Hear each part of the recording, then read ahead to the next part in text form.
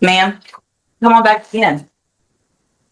Oh, you want an example out of it? Let's see.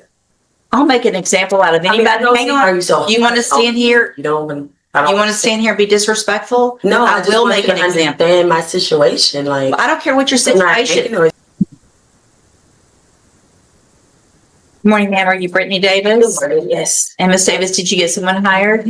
No, it's kind of expensive, but really expensive. I'm not even working right now. But I went through. Who'd you talk to? The legal aid. I put in an application for legal aid. Okay. It's a place that help you get a lawyer, but they say it could take 6 months to a year. So. Okay. So did you talk to any other lawyers like I told you to? The first 3 that I talked to, wow, I talked to like probably 8 of them. But the lowest there goes like $2,000 to start off. Do you have the names of the lawyers that I asked you that you talked to? You asked me that last time. I was on. Right, and then I reset you to talk to them more or get someone hired. So I talked to Brandell. I can't remember their name. Brandell. There's one that's brothers. Why wouldn't you write that down and bring it? I wasn't expecting that I had to. So it looks like you weren't what? I wasn't expecting that I had to. So if you're okay. If I tell you to go talk to some lawyers and bring me the names of the lawyers you've talked to, and you don't think you can remember them, then I would think just common sense would tell you to write them down so that you could tell me that you did what I ordered you to do so that you wouldn't go back to jail, right? I did do what you ordered me to do. Okay, so I ordered you to bring back the names as well, not just talk to them, but bring back who you talked to so that I know who you talked to and that you're doing what I asked you to do, right? Right. The cheapest ones that I've given you the last time I was here is the main ones that I was looking into. Okay. But when you left last time, I gave you specific instructions. Okay. Right? Right. Okay. So are you wearing your drug patch? Yes, ma'am. So it looks like back on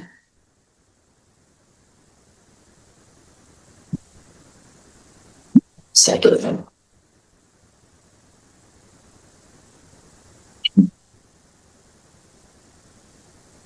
So you tested positive since you've had that drug patch on for methamphetamine. What is that? Yep. What does that mean? I don't. But what with the patch? Mm-hmm. Looks like you tested positive for methamphetamine, cocaine. Hold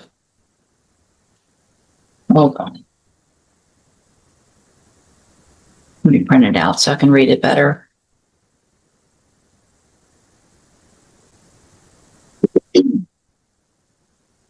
So last time you were in here, you had an issue because you had showed up with your drug patch in your hand, so they couldn't test it.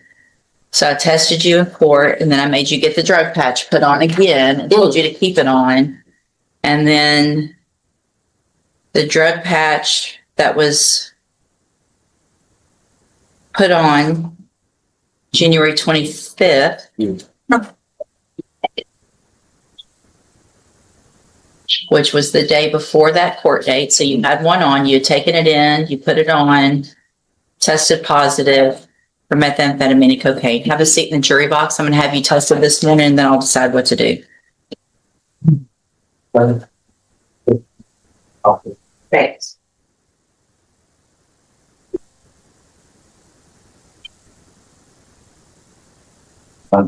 Actually, come on, ma'am. Come on back up here. I know what I'm going to do. So, Ms. Davis, obviously it is a violation of your bond conditions to use any illegal substances, right?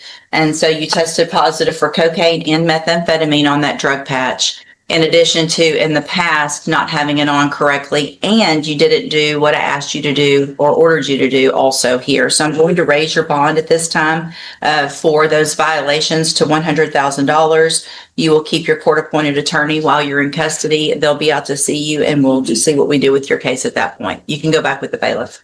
Wow. Ma'am, come on back in. Oh, you want an example out of it? Let's see. I'll make an example out of anybody. Hang on.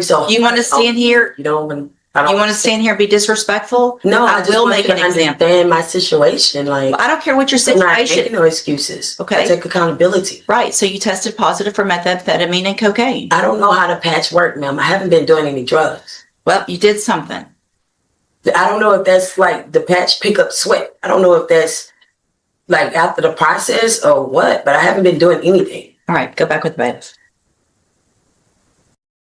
Good morning, sir. You're Brandell Griffiths. And Mr. Griffin, did you get someone hired? No, the last time I came, you told me I didn't qualify. I tried 6 lawyers, different lawyers. I couldn't afford them. Who'd you talk to?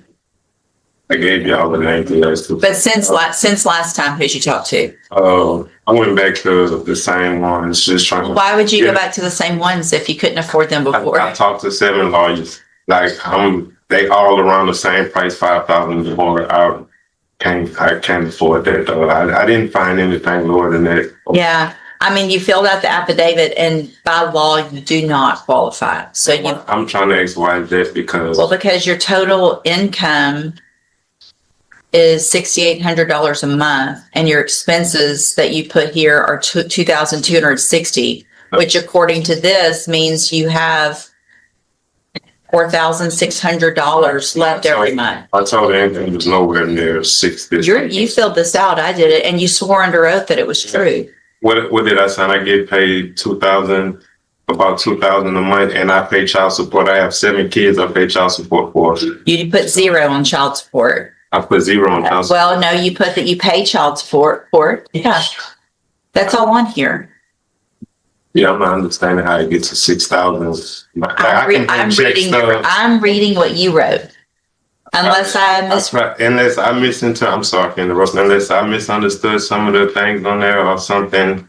Like I can bring checks to bank accounts, all that. I can do all that. I can't afford it. Hold on, I'm printing it out. I was ready to finish this case and like I have evidence, the girl that indicates. I don't need to get it. I can't talk to you about that, but say, tell me.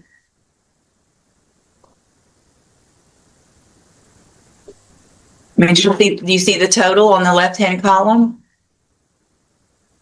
Because under assets, it has a car. My car is the other side where you say your income is $6,800. See that? But I added up assets, which is my car, and I had it worth around $6,000 on that. So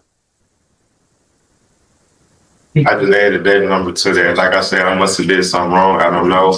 But so you make how much a week? I make like $18 an hour. I get paid bi-weekly. My check be like $1,200, $1,300. So bi-weekly about $1,200 or $1,300. So total monthly is about $24. Okay. All right. So then based on that, you do qualify for a court-appointed lawyer. So I'm going to make that notation on here.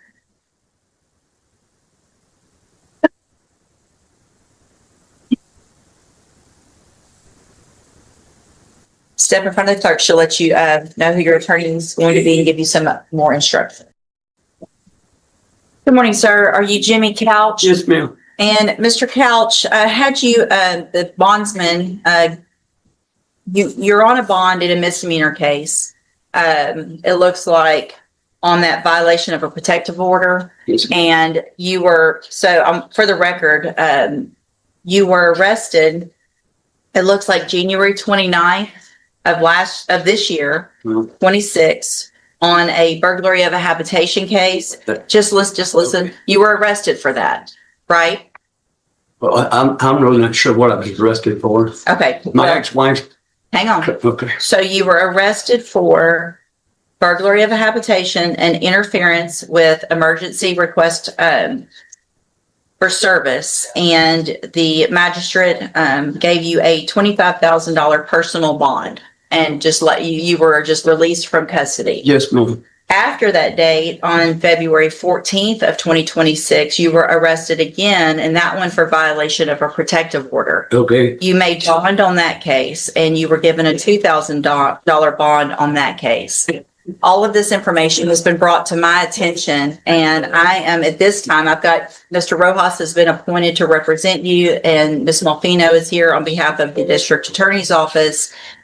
Based on the fact that you were arrested for a violation of a protective order after you were let out without a bond, really, on the burglary of a habitation, I'm going to find that you're at large without proper bond on the burglary of a habitation case, which is cause number 26 DCCR 0328.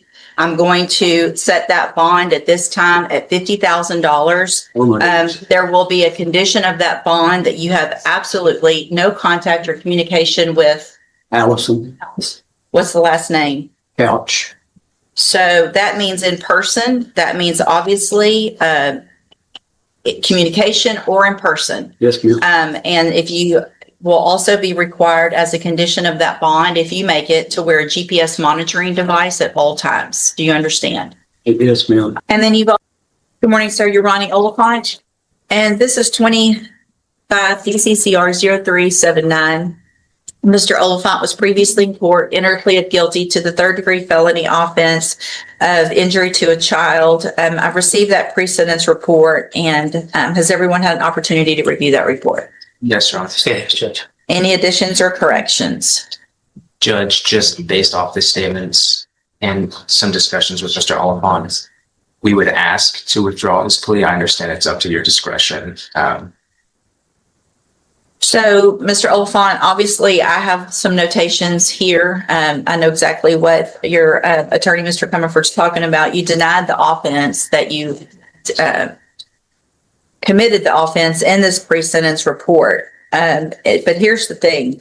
If I allow you to withdraw your plea today, which I don't have to do because you pled guilty after having sworn under oath that you were going to tell the truth the other day when you were here for your plea. If I allow you to withdraw your plea today, there will be no plea bargains whatsoever accepted. If you want to go to a jury and let them decide, then that's your right. If you didn't do it, then it's going to be up to a jury. We're not going to get down the road a few months and a jury's here waiting outside, and all of a sudden you're like, I really did do it. I'll take that probation or whatever it is. If we do this today, I am making a notation. Mr. Coleman, I'm sure, will notate it on his file. Mr. Comerford understands and has been here enough to know that when I say it this way, I mean it. So do you want to withdraw your plea and go to trial? Yes, ma'am. All right, then we'll do that and we'll set it on the next available trial docket. Mr. Comerford will. Just docket wise,